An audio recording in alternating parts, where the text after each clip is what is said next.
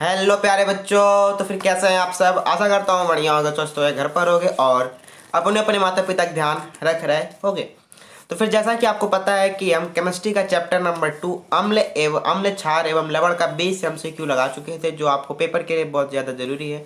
और आज की क्लास में हम केमिस्ट्री का चैप्टर नंबर 3 और साइंस का भी चैप्टर नंबर 3, जिसका नाम है धातु एवं अधातु, जिसमें कि हम 20 MCQ लगाने वाले हैं, जो आपको पेपर में बहुत ज़्यादा हेल्प करेगी। ठीक है, तो फिर चलिए शुरू करते हैं आज की क्लास को। तो फिर पहला सवाल आपको स्क्रीन पे शो हो रहा है, क्या कह रहा है कि एंटीमनी है, मतलब एंटीमनी है क्या है? धातु है, अधातु है, उपधातु है, मिश्र धातु। सबसे ज़्यादा इंपॉर्टेंट सवाल है भाई, इस पर विशेष ध्यान थम्स अप कि एंटीमनी है, धातु है, अधातु है, उपधातु है कि मिश्र धातु है। कि जो एंटीमनी होती है ना, ये क्या होती है? उपधातु होती है। Option number C is the right answer. ठीक है, अब आते हैं अधातु है। अधातु किसे कहते हैं? हमने पढ़ा है कि जिसके अंतिम कोश में 4 से कम हो उसे क्या कहते हैं? धातु कहते हैं। जिसके अंतिम कोश में 4 से ज़्यादा हो उसे क्या बोलते हैं? अधातु बोलते हैं। और जिसके अंतिम कोश में 4 हो उसे क्या बोलते हैं? उपधातु बोलते हैं। देखो, अब इसमें देखा जाए तो पोटेशियम कितने नंबर पे आता है? हाँ, hydrogen, helium, lithium, barium, boron, carbon, nitrogen, oxygen, potassium. Potassium किस नंबर पे आता है देखा जाएगा? 19 नंबर पे आता है। तो इसका अगर हम इलेक्ट्रॉनिक विन्यास निकालें 2881 आएगा। 2881 लास्ट में कितना है? एक क्या है? धातु है। तो अगर देखा जाए तो इसमें अधातु जो है फ्लोरीन है। Option number B is the right answer, मतलब ये क्या है? अधातु है। ठीक है, बात है अपने तीसरे नंबर के सवाल पर। तीसरा नंबर का सवाल क्या कह रहा है कि आघात वर्धनीयता प्रदर्शित करता है। मतलब इसमें से आपका कौन सा ऑप्शन सही है कि इसमें सबसे ज्यादा आघात वर्धनीयता होती है, मतलब पीटने पे फैल जाता है? सल्फर है, आयोडीन है, फास्फोरस है, तांबा। बताइए कि सबसे ज्यादा आघात वर्धनीयता किसमें होती है? तो सबसे ज्यादा आघात वर्धना होती है आपके तांबा में। तो option number D is the right answer. अब आते हैं अपने हम चौथे नंबर के सवाल पर। तो धातु है बी, मतलब बोरॉन है, लिथियम है, सिलिकॉन है या कार्बन है? बताइए। तो इसमें धातु है, धातु किसे कहे? जिसके अंतिम कोश में कितना रहे? 4 से कम रहे। तो अंतिम कोश में 4 में कम किस में रहेगा? ऑप्शन नंबर बी, बोले तो लिथियम में रहेगा। तो लिथियम क्या धातु है? देखो, आपने क्लास 10th में जब आप चैप्टर 1 पढ़ रहे होंगे तो आप एक श्रेणी आती है, कुछ में रहता है कि एक कहावत है, किल्ली के बाबूजी ने काजू से मांगा, अलमारी, जमीन, कार, फ्रिज ने तो शादी कैंसिल। पहले क्या आ गया? ली से लिथियम। लिथियम क्या है? धातु है। के से क्या आ गया? पोटेशियम। पोटेशियम क्या है? धातु। ली के बाबूजी ने मतलब सोडियम में भी क्या है? धातु। तो सीरियल को पूरा याद करना पड़ता है। तो आपको मैं कैसे दे दूंगा जो आपको चार्ट है उसका। ठीक है, तो धातु है लिथियम। Option number B is the right answer. पांचवें नंबर का सवाल क्या कह रहा है? ठंडे तनु अम्ल से हाइड्रोजन गैस बनता है। कि ठंडे तनु अम्ल से हाइड्रोजन गैस बनता है, कि हम किसकी रिएक्शन अम्ल से कराएं कि वो हाइड्रोजन गैस देगा? देखो, हमको पता है कि अम्ल की रिएक्शन किससे कराएंगे, इसका सही ऑप्शन है ऑप्शन नंबर सी, बोले तो जिंक से। किससे? जिंक से। अब आते हैं अपने हम छठे नंबर के सवाल पर।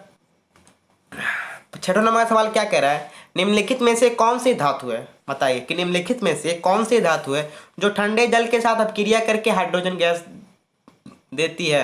मतलब आपने जब पढ़ा होगा चैप्टर को तो उसमें आया होगा कि ठंडे जल से अपक्रिया करने वाले कौन कौन से होते हैं। तो ठंडे जल से अपक्रिया कौन करता है? एजी करता है, Na करता है, Al करता है, Cu करता है। बताइए। तो इसका सही ऑप्शन है ऑप्शन नंबर बी, बोले तो सोडियम। ये सोडियम जो होता है ना, वो ठंडे जल के साथ अपक्रिया करके हाइड्रोजन गैस देता है। Option number B is the right answer. 7वें नंबर का सवाल क्या कह रहा है कि एल्युमिनियम की सतह पर ऑक्सीजन परत बनाना क्या कहलाता है? कि एल्युमिनियम की सतह पर ऑक्सीजन परत बनाना क्या कहलाता है? एनोडिंग कहलाता है, कैटिनेशन कहलाता है या बेसिमरीकरण कहलाता है कि इनमें से कोई नहीं? देखो, हम लोग बाइक चलाते हैं ना, जब बाइक चलाते हैं साइलेंसर के ऊपर कुछ सफेद का लगा रहता है, उसी को हम बोलते हैं एनोडीकरण। क्या बोलते हैं? बोले तो एनोडिंग बोलते हैं। कहते नहीं है कि बड़ा साइन है, चांदी लग रहा है, तो जो परत है उसे क्या बोलते हैं? एनोडीकरण। साइकिल का जो हैंडल होता है आगे वाला, वहां पे परत लगी रहती है इसी की, तो उसे क्या बोलते हैं हम लोग? एनोडिंग। तो इसका सही option number A is the right answer, बोले तो एनोडिंग। ठीक है, और जब आप संचालन पढ़ोगे, संचालन में आता है कि संचालन कोडों के लिए हम क्या क्या कर सकते हैं, तो एनोडिंग भी कर सकते हैं, जिससे हमारा वस्तु खराब नहीं होता। और हम आते हैं अपने हम 8वें नंबर के सवाल पर। 8वें नंबर का सवाल क्या कह रहा है कि निम्नलिखित में से कौन सी धातु अम्ल से हाइड्रोजन विस्थापित नहीं करती?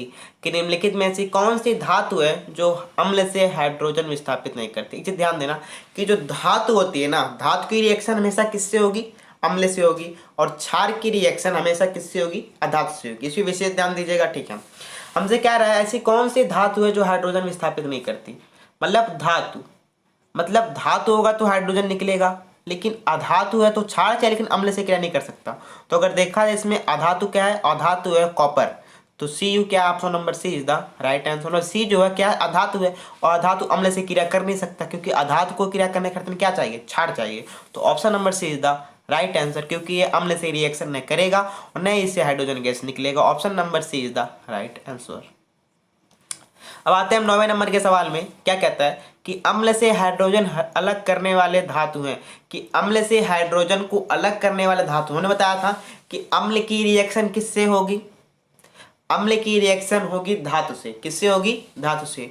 और क्षार की रिएक्शन किससे होती है? अधातु से। इस आपको पहले पता है? पता ही नहीं पता है? अब देखो कि अम्ल से हाइड्रोजन, अब अम्ल से हाइड्रोजन निकालने के लिए हमको क्या चाहिए? धातु चाहिए। तो धातु इसमें कौन है? ऑप्शन नंबर ए भाई, मैग्नीशियम और zinc. Option number A is the right answer, ठीक है। और मत इसके पहले आप कहानी सुन लो। क्या कहानी सुन लो कि अगर कोई लड़का पढ़ लिख के सरकारी नौकरी पा गया है तो अपनी शादी किससे करेगा? सरकारी वाली से करेगा, ठीक है। और वही कौन अगर बेरोजगार लड़का है तो अपनी शादी किससे करेगा? बेरोजगार वाले से करेगा।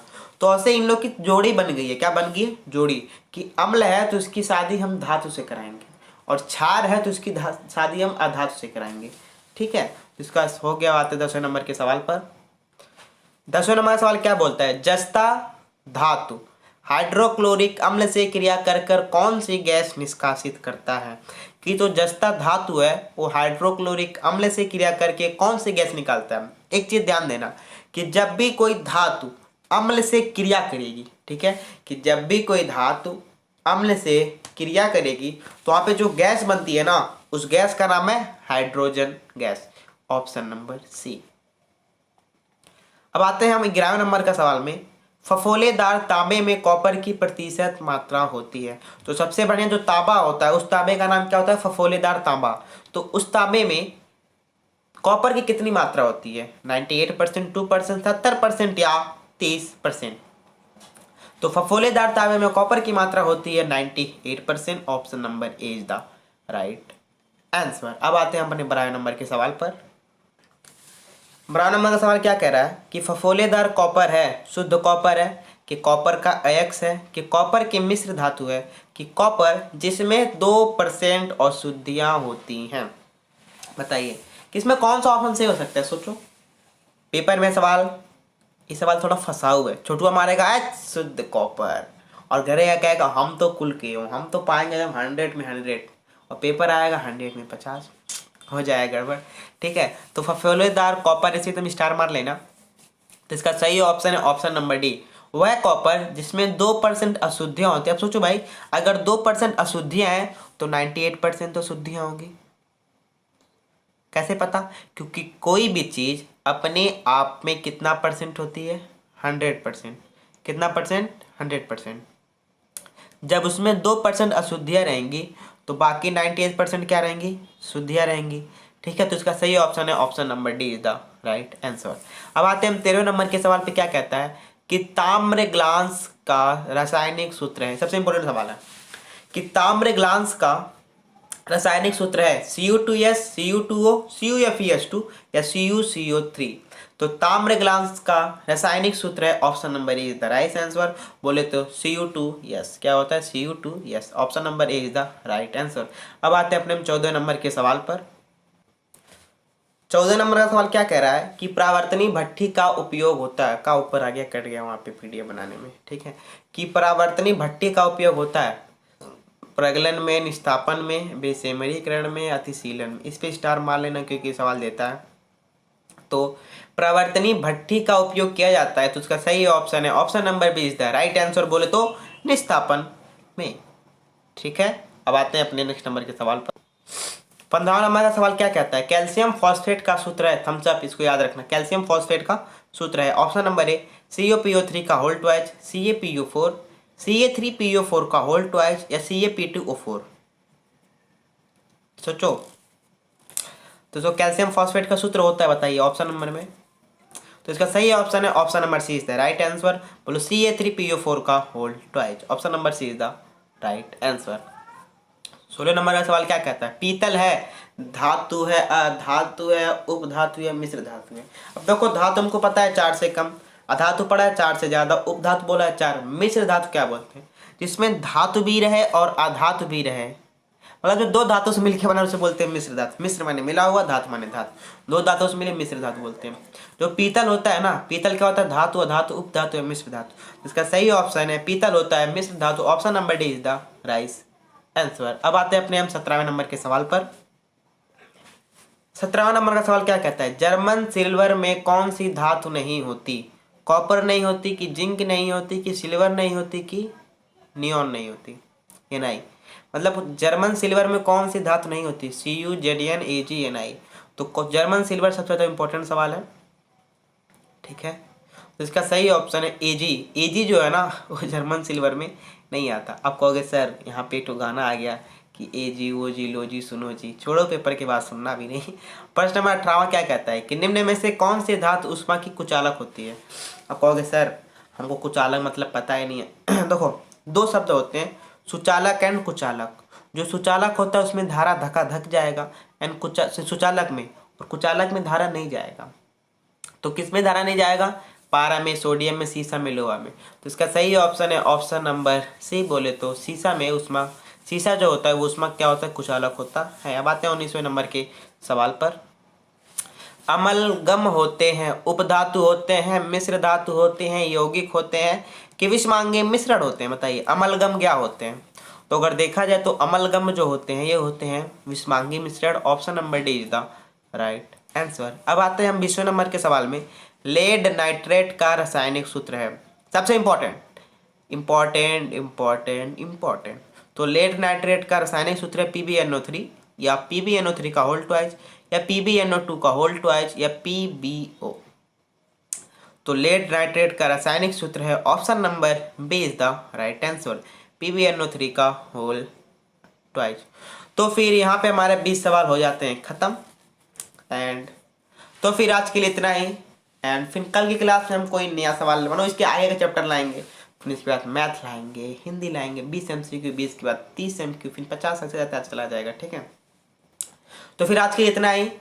आशा करता हूँ वीडियो आपको पसंद आया होगा, अच्छा लगे तो लाइक करें, शेयर करें, एंड जो अभी अभी हमारे चैनल पे नया है तो चैनल को सब्सक्राइब करना ना भूलें। तो फिर मिलते हैं आप कल की नई क्लास में, तो तब तक के लिए टाटा और बाय प्यारे बच्चों।